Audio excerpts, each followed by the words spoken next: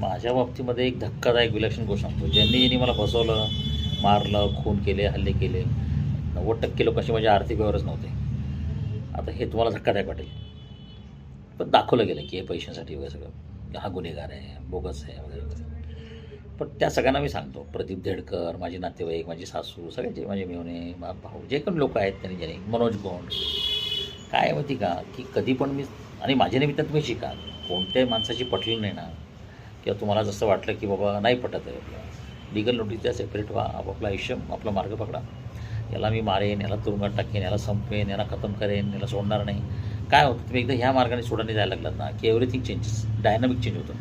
मग तुमची बाजू न्याय जरी असली समजा, तरी तो सोडाचा मार्ग घेतल्यामुळे निसर्ग नियम तुमच्यावर उलटतात. आता माझ्या केसमध्ये काय झालं माहिती का, आता ज्या वडगावकर नावाच्या माणसाने माझ्या खुनाचं हे केलं, माझी 2 लाखाची पुस्तकं पण घेतली, खंडणी उकळली, त्याची मुलगी कॅन्सरने गेली. आता मी तुम्हाला असे खूप सांगतो उदाहरण, हे काही योगायोग नाही आहेत. बरं, मी काही शाप दिला नाही, हां, बरं तोच सांगतो मला की तुमचे शापमुळे मला झाले म्हणून. आता ह्याच्यावर मी काय बोलणार. बरं, ज्यांना ज्यांना दुःख भोगावं लागलं आहे माझ्यामुळे, तर ते मग नंतर म्हणतात. तर माझं एकच म्हणणं आहे, आता ज्या ज्या लोकांनी, प्रदीप धेडकरपासून तर माझ्या भावापर्यंत, आता माझ्या भावाने ज्या मुलीला जन्म माझ्यासमोर, मी तिला इतकं थापटू झोपू घातलं आहे, खाऊ पिऊ घातलं, तिला लाड केले, माझी स्नेहा शिल्पा जोशी म्हात्रे, तिने लग्न केलं आहे, NSC नॅशनल स्टॉक एक्सचेंजमध्ये ते व्हाईस प्रेसिडेंट लीग आहे, तिला पण गुन्ह्यात इन्व्हॉल्व केलं माझ्याविरुद्ध. आता आमची शेजारी आहेत, त्यांनी त्यांच्या मुलांना गुन्ह्यात इन्व्हॉल्व, ही मुलं त्यांच्याविरुद्ध उलटणार आहेत. मी तुम्हाला आत्ताच सांगतो, ज्या ज्या राजकीय नेत्यांनी गुन्हे केले, माझ्या भावाने केले, नातेवाईकांनी, माझ्या सासूने केले, हे त्यांची मुलं त्यांच्यावर उलटणार आहेत. म्हणून मी त्यांना शेवटचा इशारा देतो की तुम्ही तुमच्या मुलांपासून सावध राहा.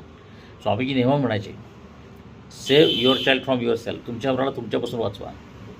आणि तुमच्यामुळे तुमच्या मुलाला कसा धोका आहे. स्वामीजीचा हा फंडामेंटल अभ्यास आहे. हे मनशक्ती केंद्रावर तुम्हाला सांगत नाहीत खरी न्यू फिलॉसॉफी. खरी न्यू फिलॉसॉफी ही आहे. आणि आता काय झाले, माझ्यामुळे झालं नाही आहे, निमित्त मी ठरलो आहे. पण तुम्ही जे काही गुन्हे केलेले आहेत किंवा तुम्ही जे काही क्राईम्स केलेले आहेत, तर तुम्ही कुठेतरी निस्वार्थ त्याग करा, कुठेतरी कॉम्पेन्सेट करा, म्हणजे ते बॅलन्स होईल कुठेतरी. अन्यथा तुमचा जो पेशीतून जन्माला आला, पेशीचं विभाजन होऊन तुमचं जे जन्माला आलेलं मूल आहे ना, तेच तुमचं सोड घेईल. हे काही माझी इच्छा नाही आहे, हे घडतंच, हे घडलेलं आहे. माझ्याच केसमध्ये नाही, 1100 नेत्यांचा अभ्यास झालेला आहे. पण माझ्या केसमध्ये जे घडले त्याच्याबद्दल मी आत्ता बोलतो आहे. जे जे लोक आहेत, माझा मेवना भाऊ, सगळ्या लोकांना मी सांगतो आहे की तुम्ही तुमच्या मुलांच्याबद्दल सावध राहा. त्यांच्याकडून तुमचा घात होईल किंवा तुमच्याकडून त्यांचा घात होईल.